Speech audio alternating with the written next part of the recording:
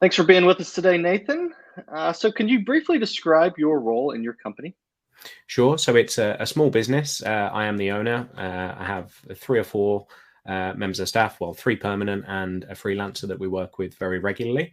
And so being a small business, that means that the choice of software very much comes down to me. So there will be some input, for example, on the finance side of things, if we're looking at new things for bookkeeping and accounting or debt collection or anything like that, then I'll get assistance and some advice from members within the team. But ultimately, the choice comes down to me.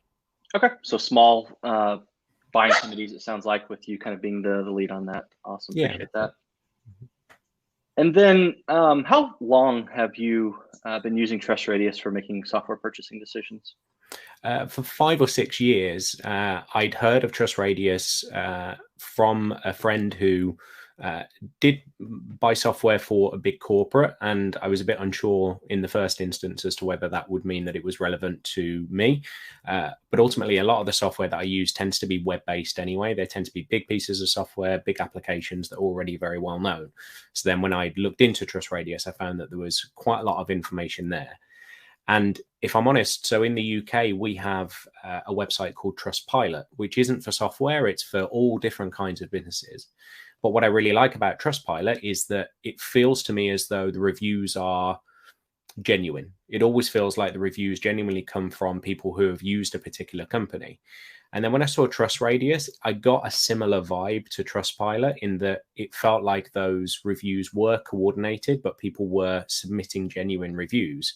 So that meant that if a site featured a TrustRadius review, I felt like I could trust it perhaps a little bit more than if they just copied and pasted a testimonial that had come through via a contact form, or because they'd gone out to customers and asked for testimonials and reviews, but they'd kind of cherry picked the best ones.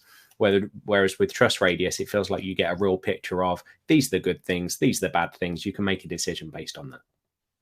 Awesome. So it sounds like that third-party validation, seeing it's from TrustRadius, really helps you to believe what the vendors are telling you. It does, yeah, but in quite considerable detail as well. So it's not like you just get, it works for me, but it's a little bit too expensive, or it works for me, but it doesn't have the integrations that I want.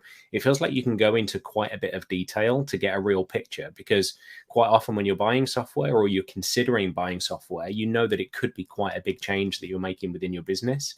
So to see the in-depth, I guess, responses as to what things have worked and which things haven't is a really good thing. Awesome. So it sounds like content depth and quality matters to you in that purchase decision as well. It does, yeah, particularly if it's for an application that could mean quite a lot of change. It could mean that there are significant processes that need changing to make use of that piece of software. Then I think you have to really make sure that it's the right piece before you're going into that. So that definitely makes a difference. Okay, and to that point, do you also look at product scores, or do you look at the awards that these products have won on TrustRadius, or do you really care mostly about the content and the quality of that? I definitely look at the score because I think that paints a good overall picture. I don't consciously seek out awards that are on there, but I'm likely to notice them if they do. I think the thing I'm most interested in is what is the overall product score, but also the individual things that people say negatively about a piece of software. Now, if I'm honest, it's not like I always look at those and I think, oh, that's going to be a reason why I wouldn't choose this, because, some people have a bad day. Some people, it just wasn't the right fit for their circumstances. It doesn't necessarily mean that it's a bad thing. But I like to see those things to see whether it might be a factor in the circumstances that we have. Awesome. And along that line, are there other things you look at to determine whether a product would be a good fit for your organization beyond product reviews, such as feature ratings, or do you look at product videos, demos, integrations, any other things that stand out as being beneficial to you? Integrations are a huge thing. So I always like to make sure that a piece of software will talk to the other applications that we're using. I don't necessarily look at the feature scores with those because, again, I feel like that could be a little bit circumstantial. So I prefer to rely on some of the wording that is used there, some of the more anecdotal evidence about integrations in particular that people have made use of and whether they're substantial or not. And do you find yourself using TrustRadius for product discovery, or is it more once you kind of have narrowed down your choices, you're then comparing products, or what's that kind of use case of TrustRadius in that process for you? I would say it's mostly where I've already made a bit of a short list on, sometimes it might be 3 or 4 that I'm considering. Quite often a big part of it will be, is it an application that looks and feels nice to use?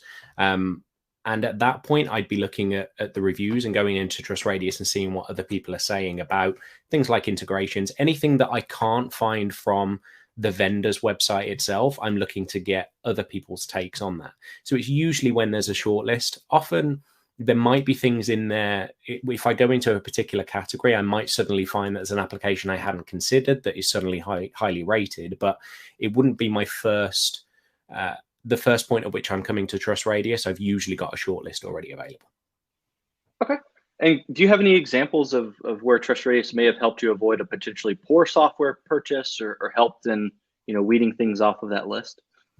Yeah. So my business is email marketing. And of course, we use an email marketing application ourselves for our own marketing.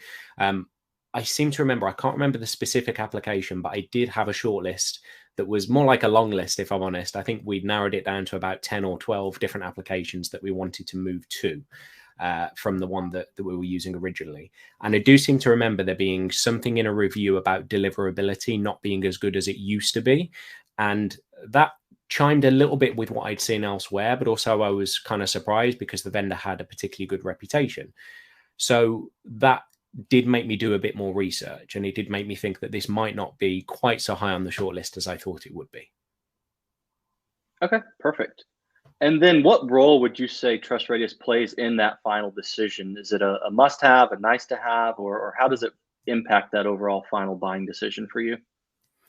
I think it's becoming more of a must-have. I've always seen it as a nice-to-have. It's kind of giving me extra reassurance of a decision that I've possibly already made.